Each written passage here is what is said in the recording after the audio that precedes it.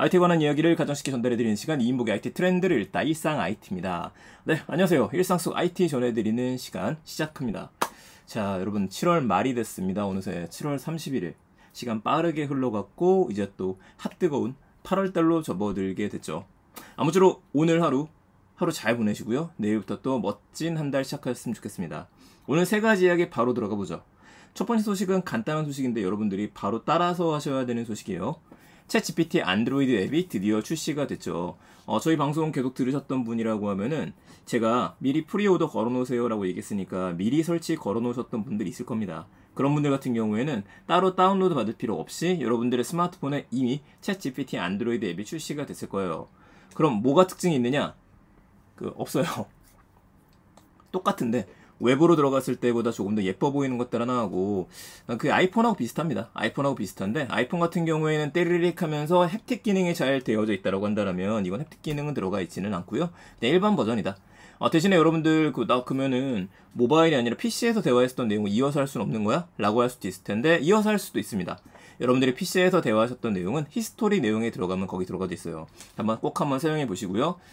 이게 좋은 점은 저처럼 강의를 하시는 분들한테는 학습자분들한테 사이트 들어가세요, 뭐 해보세요 이거보다도 그냥 이 앱 다운받으세요. 이게 더 편하기 때문에 괜찮지 않나 싶습니다. 그리고 한 가지가 더 있어요. 앱을 그냥 만든 거에 그치진 않을 겁니다. 어플리케이션을 만들었다는 거는 유기적인 결합이랑 연동을 한다라고 하는 얘기로도 봐야 될 것 같아요.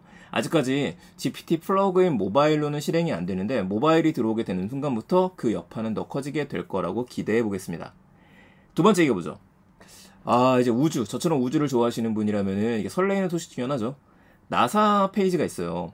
나사 페이지를 모르시는 분들 꽤 많을 텐데 이 나사에서 디지털 플랫폼을 조금 더 개편을 하고 있고 그래서 웹사이트 천천히 개편을 하면서 온 디맨드 스트리밍 서비스, OTT 서비스죠. 나사 앱도 업그레이드하고 있다라고 합니다. 그 베타 웹사이트를 들어갈 수 있는데 그 beta.nasa.go 그 거버먼트 사이트니까요. 이 사이트에 들어오게 되면은 나사 이야기를 굉장히 잘 보여주는 사이트로 돼 있어요. 쭉 밑에 내려가면 지금 아르테미스부터 시작해갖고 프로젝트 진행되는 것들이 있죠. 멋진 사진들도 볼 수 있고요. 이 나사는 원래 매일매일 사진을 보내줘요. 이 사진을 보내주는 것들 어플리케이션을 통하시면은 여러분들의 스마트폰 화면도 자동으로 바꾸는 거 설정도 가능하시거든요. 아이폰은 안 되는데 이게 아마 안드로이드는 가능할 겁니다. 근데 이거보다도 쭉 밑으로 내려가 보게 되면은 이 부분에 나사 TV 라이브라고 보이시죠? 멋있죠? 들어볼게요. TV 라이브 사이트 들어가면 지금 이제 다음에서 보기 들어가면 유튜브로 넘어갑니다. 유튜브로 넘어가고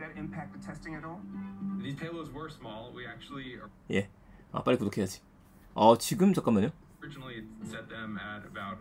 제가 지금 들어갔는데 지금 라이브네요. 아니죠. 2018년이니까 라이브는 아니고 다시 들어가 보겠습니다. 자, 나사 아마도 이 채널을 통해서 더 많은 것들을 보여주지 않을까 싶어요. 그래서 여러분들께서도 꼭 한번 이 나사 웹페이지도 한번 들어가 보시고 나사 유튜브도 우리가 구독을 해가지고 나사가 요즘 돈이 없죠. 그래서 이런 것들 만들지 않았나 싶기는 한데 사실은 뭐 그거만은 아닐 겁니다. 이게 나사가 유튜브 스트리밍으로 돈을 번다고 해봤자 그게 얼마나 되겠어요. 그거보다도 나사에서 하는 일을 조금 더 잘 알리고 싶다 이렇게 봐야 될 것 같고 대중성을 조금 더 확보하기 위함이 아닌가 이 생각도 한번 해보게 됩니다. 그래서 이렇게 정리를 한번 하도록 하고요. 온디맨딩 서비스라는 건 원하는 시간에 콘텐츠를 보는 것들, 베타 웹사이트, 지금 제가 새로운 기능을 넣어봤는데 개발이 완료가 되지 않은 것들, 아르테미스가 나사의 달 탐사 프로젝트죠. 2024년까지 사람을 다시 달에 착륙시키는 걸 목표로 하고 있기 때문에 내년입니다. 내년에 우리는 달에 다시 사람이 가는 걸 볼 수 있을 것 같아요. 요즘 외계인 이슈 때문에 좀 시끄럽기도 한데 그것 나중에 한번 정리해서 이야기하도록 하죠. 세 번째 얘기입니다. 인공위성의 고위 추락을 하는 실험이 진행 중이다. 이 얘기가 나와서 무슨 얘기인가 했었었는데 이 기상위성이 하늘에 떠 있고 정말 수많은 위성이 우리 지구를 돌고 있거든요. 근데 이 위성들이 어느 날 갑자기 추락해버리면 안 되잖아요. 특히 오래된 위성 같은 경우에. 그래서 오래된 위성은 고의적으로 추락을 시켜요. 추락시키는 것들에 대한 것들 이제 피해를 막기 위해서 실험을 좀 해보는 겁니다.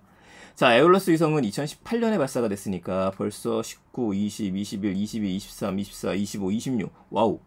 거의 한 10년은 아니더라도 거의 8년 정도 있었었네요. 자, 지난 4월달에 임무를 마치고 이게 임무가 끝나도 더 이상 일을 안 하는 거예요. 근데 지구 궤도를 돌고만 있었던 거죠. 그래서 이걸 어떻게 할 것이냐? 마지막 연료 남기는 게 있기 때문에 지구에 재진입시키고 나서 안전하게 추락시키는 계획이다라고 되어져 있죠. 이렇게 추락을 시키게 되면은 안전하게 떨어지는 거기 때문에 이게 지금 ESA 페이지에 들어오면 남아 있었어요.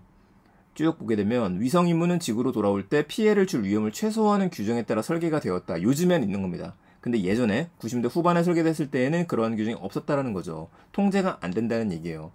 그럼 지금도 위성이란 로켓 부품들이 떨어지는 것들은 있다고 합니다. 그런데 이런 것들이 여기 써있죠. 대략 일주일에 한 번이다. 많이 떨어지는 거예요. 근데 우리가 좀 길 가다가 위성이 맞았어. 이런 분은 없잖아요. 대기권에서 불타기 때문에 그렇습니다. 불타기 때문에 거의 피해는 입지 않는다. 그래도 안전해야 되니까 그래서 이렇게 재진입을 했었다는 것들이죠. 초기 기동을 하고서 최종 명령을 하고서 80km 쭉쭉 그러니까 점점 낮추는 거예요. 우리가 이제 비행기가 밑으로 내려올 때에도 고도를 낮추면서 천천히 가듯이 마찬가지인 거도. 인공위성도 820, 280, 150, 80. 여기서 그 위성은 대기에서 불타고 있다. 이런 말이 나왔는데 이래서 안전하게 추락시키는 것들. 그래서 이런 이슈들 여러분들 보시게 되면은 이제 우주 산업이 제가 발전을 더 많이 할 거다라고 이야기를 드리는데요. 그 중에서도 우주 쓰레기에 대한 문제들도 여전히 관심사이기도 하고 이런 것들을 처리하기 위한 것도 하나의 큰 이슈가 되어져 가기 시작했다. 이렇게 우리가 정리할 수 있을 것 같습니다. 자, 오늘 간단하지만 생각해 볼 만한 것들 3가지 드렸습니다. 챗 GPT 모바일 버전 안드로이드 우리나라 출시가 됐다는 얘기 드렸었고요. 여기서 끝나지 않는다. 모바일 플러그인 들어가게 되면 뭔가 더 달라지게 될 거다. 나사가 웹사이트 별도로 만들었다. 내년에 달로 다시 사람을 보내는 걸 목표로 한다. 마지막, 인공위성 고의 추락 실험 진행 중이라는 소식. 3가지 기억해 주시고요. 저는 내일 또 더 재밌는 이야기 가지고 찾아뵙겠습니다. 제가 요즘에 입병이 나가지고 입이 좀 심하게 헐다 보니까 정확한 발음을 하지 못해서 정말 죄송하고요. 빨리 나아서 인사드릴 수 있도록 할게요. 좋은 하루 되세요. 내일 뵙겠습니다. 일상 IT였습니다.